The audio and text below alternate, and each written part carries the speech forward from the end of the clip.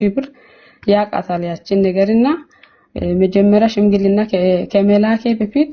ያችን በእጅሽ ያለችውን ብር በእናቴ አካውንት ትራንስፈር አድርጊልኝ ይለኛል። ከዛ እንደዚህ ሲለኝ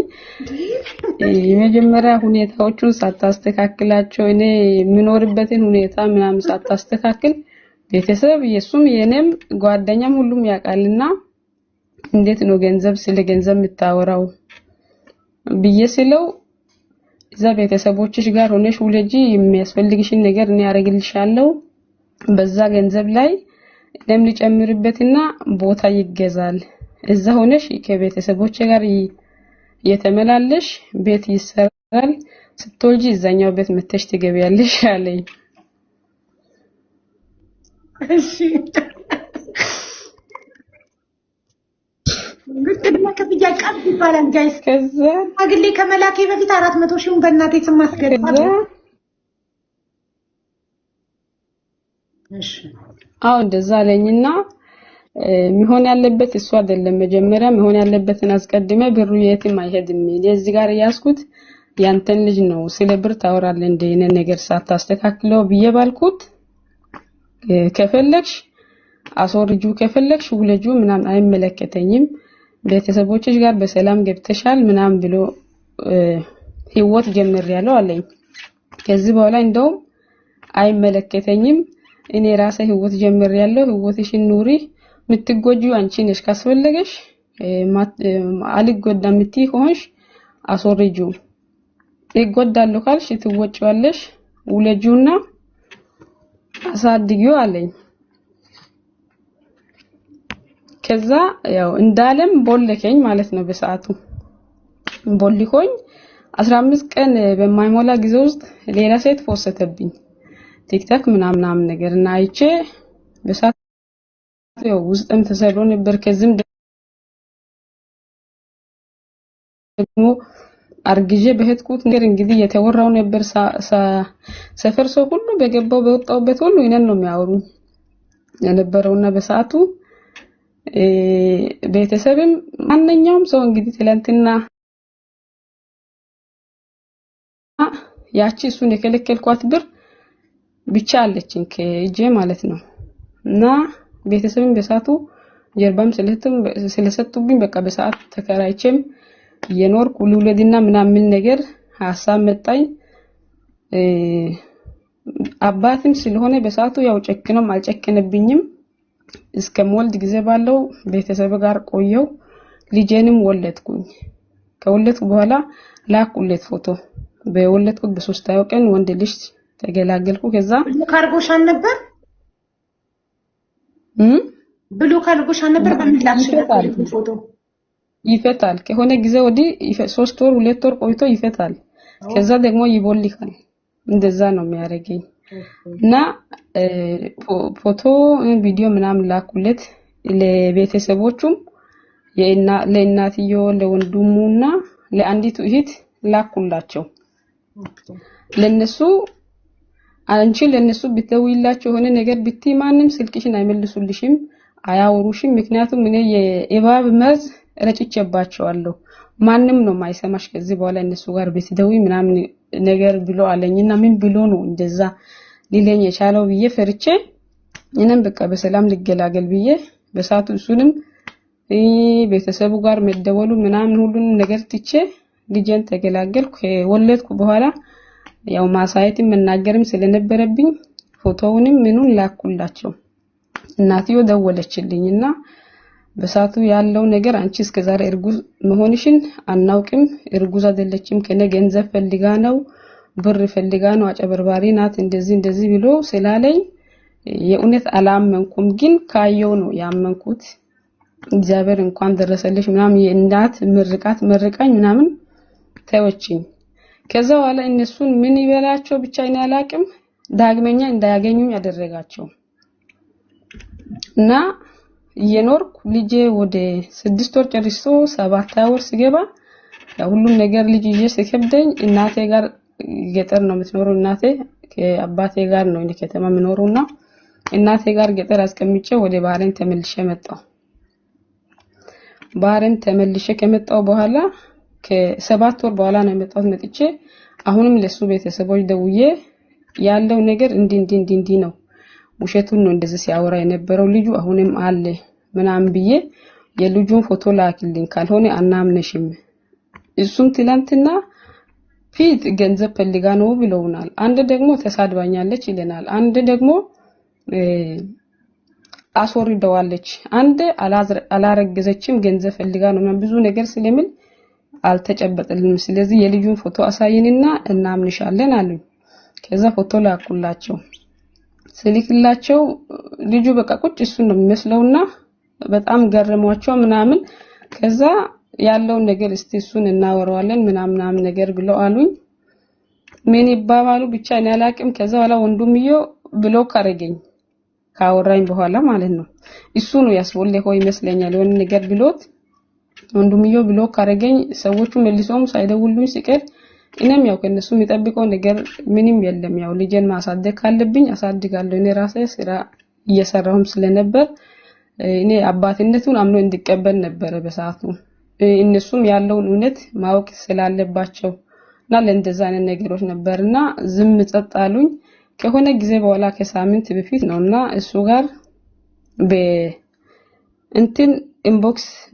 ጻፈልኝ ማለት እንትን ምንድን ነበር ፖሎ ባክ ላከልኝ እሱ ላይቭ ላይ ገብቶ በሌላ ስልክ ያወራሳለ የገዛ ልጅህን በአደባባይ የካት ሰውዬ በምን ኮንፊደንስ ነው ሱፌት ወተም ታወራ ብዬ ኮመንትኩለትና ኮመንቱን አይቶ ላከልኝ ተቀበልኩ ከዛ ከተቀበልኩ በኋላ ገብቶ አንቺ ምንድነው ማይሆን ነገር የምታወሪው እኔ ራሴ ላይፍ አለኝ ራሴ የሚያምር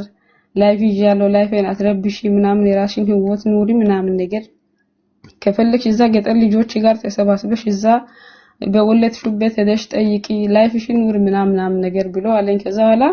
ልጅህን እኮ ልጅ መሆኑን ታውቃለህ እኔ ካንተ የሚጠብቀው ነገር ምንም የለም ከቻልክ አባትነትህን ሐላፍትና መወጣት ይችላል ማሳደግ ይችላል አሁንም እድሉን እየሰጠሁክ ነው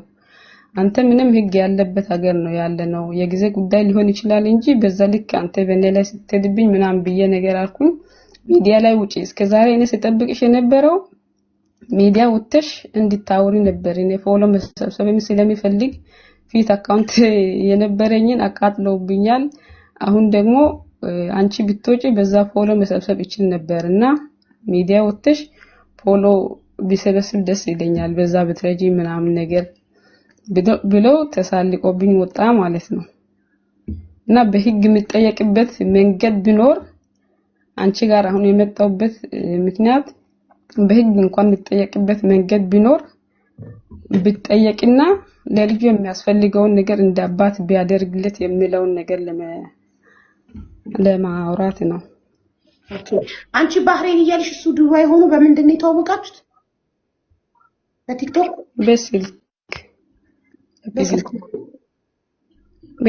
በፌስቡክ እኮ በስልክ አይባልም በኤፍቢ ነው የሚባለው በስልክ እኮ በቁጥር ሲሆን ነው በስልክ የሚባለው በኦንላይን በፌስቡክ ተዋወቃችሁ እሱ ነው ቀድሞ ፍሬንድ ሪኩዌስት የላከልሽ እሱ ነው ሁሉም ነገር የመጣው ከሱ ነው ኦኬ እሺ ከዛ በኋላ አንቺን ከባህሩን ወደ ዱባይ የወሰደሽ እሱ ነው አው የተቀበለኝ ምናምን እሱ ነው ቪዛና ቲኬትሽን ማን የቻለው ቲኬት ሴትዮዋ ጋር እዚህ ስለቆየው ሴትዮዋ ራሳና እየቆረጠችልኝ ሌላውን ነገር ያው ሌላ ነገር ምንድነው እዛ ሲሄድ የተቀበለኝ እሱ ነው ቪዛ ያለ ቪዛ ይገባል ዱባይ ከባህሬን ዱባይ ቪዛ ማን አወጣልሽ የዱባይ ቪዛ እሱ ነው የላከልኝ ማን ከፈለብኝ የቪዛውን ብር በንዲቦ ليش كلام تلفون شويه ምን አልሽኝ ማን ከፈለ የቪዛውን ብር ዱባይ የቪዛውን ብር እሱ ነው እንዴት ብር አወጣልሽ ሽማግሌ ለመላክ 400,000 ክፈይኝ ያለ ሰው ለቪዛ ብር አወጣልሽ እሱ እኔ ነኝ ብሎኛል አሁን ደላላው ከሱ ጋር ሆኖ የሰራልኝ እኔን እዛ ያመጣኝ ደላላው እኔ እከፍልልካለሁ ብለውኝ እስከ ዛሬ ብሬን ከልክለውኛል አለኝ አልከፈለኝም አለኝ ልጁ እሺ እጃዛ ቤት ስንት ጊዜ አብራችሁ ኖራችሁ ዱባይ ምን አልሽ? ኢጃዛ ቤት ስንት ጊዜ ኖራችሁ? ብዙም አልቆየንም ከሱ ጋር ወደ ሳምንት ምናምን ቆይቼ እሱም ስራ ነበረው እረፍት ሰዓት ነበረኝ እሱም እረፍት ሰዓት ነበረው በእረፍት ጊዜ ነው የምንገናኘው አንድ ላይ አብረን አልቆየንም ከሳምንት አንዴ ይወጣል ምናምን እንደዛ ነው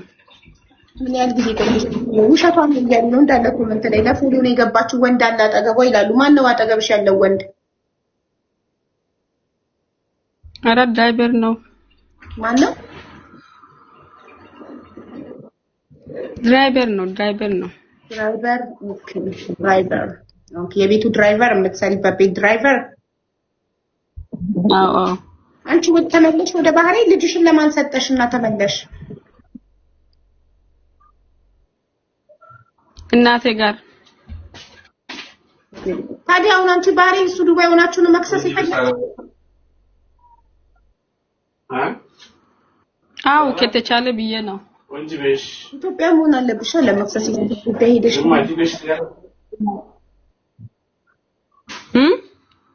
እሺ ዱባይ ምን ያህል ጊዜ ተቀመጥሽ? ታሪክሽ ስላልገባኝ ነው። አንዴ ድራይቨሩ አይወጣም እንዴ? ምን ያደርጋል ኪችን ውስጥ ካንቺ ጋር ምን ያርመጠምጠዋል? ካጠገቡ ራቂ ታይ ነው ሚያ ሶስት ወር ነው የቆየሁት በሶስት ወር 2 ወር እርጉዝ ሲሆን ሀገር ገባው እኮ ለማርገዝ ብቻ ነው ከባህሪን ተነስተሽ ዱባይ የመጣሽው ለስራ አይደለም እኮ የመጣው ለስራ ነበርና አጋጣሚ ተረገዘ ከዛ መውለድ አለብኛ በቃ ሀገር ገባው ለምን የመከላከያ አልወሰድሽም ኪኒን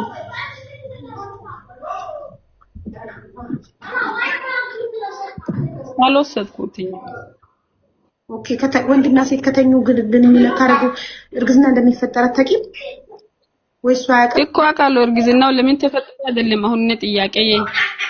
እኮ ለምን ተፈጠሩን እሱም አምኖ ነው ተቀበለው በሰዓቱ መፈጠሩን አምኖ ተቀብሏል እኔም አምኜ ነው ተቀበልኩት ኋላ ላይ ሀገር ገባው በኋላ ነው የተበጠጠው ተቀበልማ ዛሬ እኮ ለመከሳት መጪም ነበር ማሪ ህግ ለመጠየቅ እንዲያምን አትመጪም ነበር አምኖ ቢቀበልማ ይራላ ሰው ሆኖ ተቀየረብኝ እንጂ እኮ መጀመሪያ እንደዚህ አይነት ሰው መሆኑን መቻወኩኝ እሺ ታዲያ ኢጃዛ ቤት ተቀምጠሽ 3 ወር ሙሉ ዱባይ ላይ ማን ነበር የቤት ክራይሽን የሚከፍለው እሱ ነው ወይስ ራስሽ በራስሽ ገንዘብ 3 ወር ሙሉ እኮ አልተቀመጥኩም ኢጃዛ ስራ ገብቻለሁኝ እኮ ስራ ቤት ነበርኩኝ ዱባይ ነው 3 ወር 3 ወር እኮ ኢጃዛ ቤት ቁጭ ያልሽ መሰለኝ እኮ ስራ ገባሽ እንዴ ዱባይ እኮ አው ስራ ገብቼ ስራ እየሰራው ያለ እርግዝና ማለት ሴትየው ወረቀት ልታሰራኝ ይዛኝ ስትር እርጉዝ መሆኔን አወኩ ተነገረኝ ማለት ነው ለሴትየዋ ማለት ታሰራለች ስታስመረምርሽ ነው እርጉዝ መሆንሽን ያወቅሽው አዎ እርግዝናሽ ሲታወቅ የስንት ወር ነበርሽ 2 ወር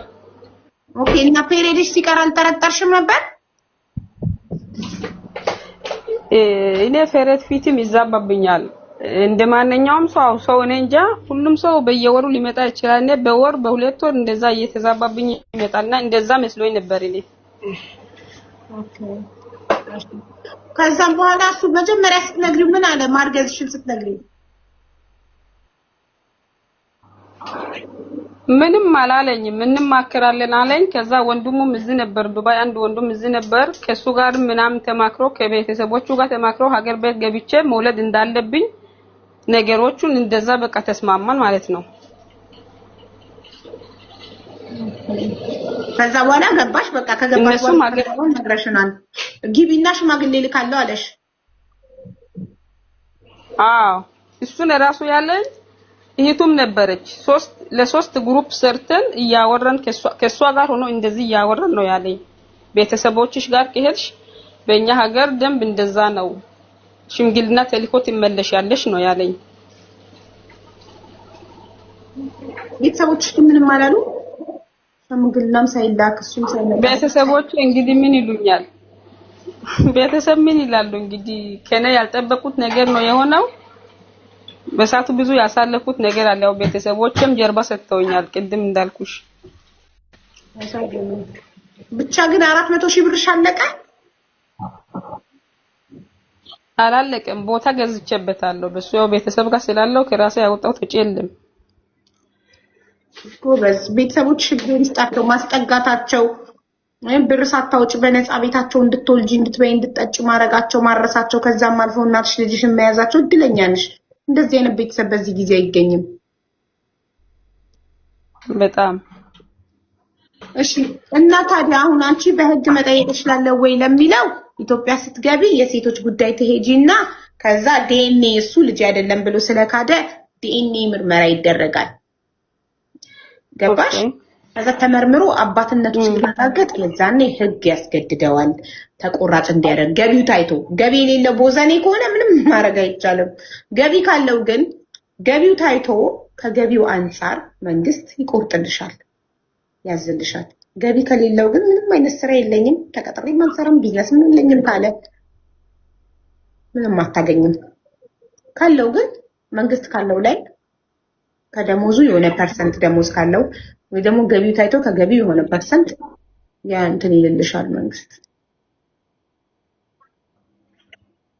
ግን ከባህሬን ስትገቢ ነው ራስሽ ነው እሺ በቃ አመሰግናለሁ እና